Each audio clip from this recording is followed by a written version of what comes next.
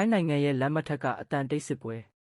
မကြာသေးခင်ကဘန်ကောက်မြို့လယ်ခေါင်မှာကုန်တင်ရထားကဘတ်စကားကိုအရှိန်နဲ့ဝင်တိုက်မိပြီးလူ၈ဦးသေဆုံးခဲ့ပြီး32ဦးဒဏ်ရာရသွားတဲ့ဖြစ်စဉ်ကိုအားလုံးကြားမိကြမှာပါဒီဖြစ်စဉ်ကိုကြည့်ပြီးထိုင်းနိုင်ငံရဲ့လမ်းမတွေဘလောက်အထိအန္တရာယ်များနေပြီလဲဆိုတာကိုကမ္ဘာ့ကျန်းမာရေးအဖွဲ့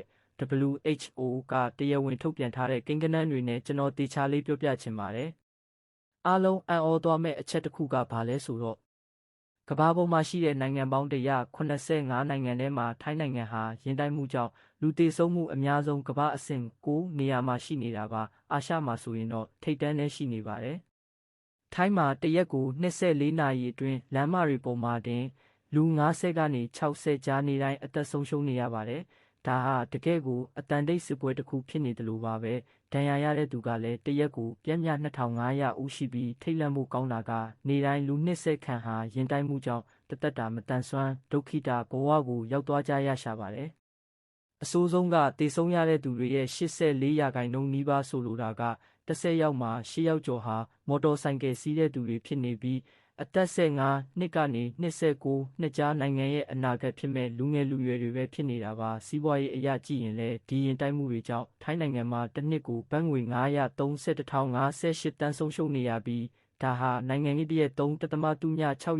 တောင်ရှိတာမို့တိုင်းပြည်စီးပွားရေးကိုပါအကြီးအကျယ်ဆွဲချနေတဲ့ကတ်ဆိုးကြီးဖြစ်နေပါတယ်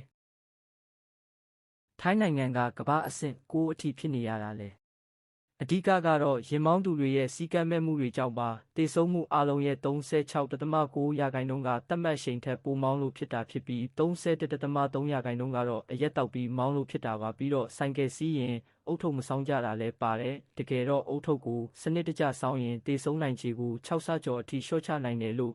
WHO ကဆိုထားပါတယ်နောက်ပြီးရင်စည်းကမ်းဖောက်ဖျက်သူတွေကိုထိရောက်ပြတ်သားစွာဖမ်းဆီးအရေးယူတဲ့ဥပဒေပိုင်းအားနည်းချက်တွေလည်းရှိနေပါသေးတယ်ဒါကြောင့်မို့လို့လက်ရှိမှာထိုင်းအစိုးရဟာ WHO နဲ့ပူးပေါင်းပြီးလာမည့်2029ခုနှစ်ရောက်ရင်တေဆုံးမှုနှုန်းကိုရခင်ထက်ဝက်ကျော်လူဦးရေတသိန်းမှာ12ဦးအထိကျဆင်းသွားဖို့နဲ့ဆိုင်ကယ်တေဆုံးမှုကို50%တဝက်တိတိလျှော့ချဖို့အပြင်းထန်စူးစမ်းနေပါတယ်ကုလသမဂ္ဂရဲ့ရည်မှန်းချက်အရလဲ2030မှာတကမ္ဘာလုံးအတိုင်းအတာနဲ့ရင်တိုက်မှုတေဆုံးနှုန်းကိုတဝက်လျှော့ချဖို့ဦးတည်ထားတာပါဒီတော့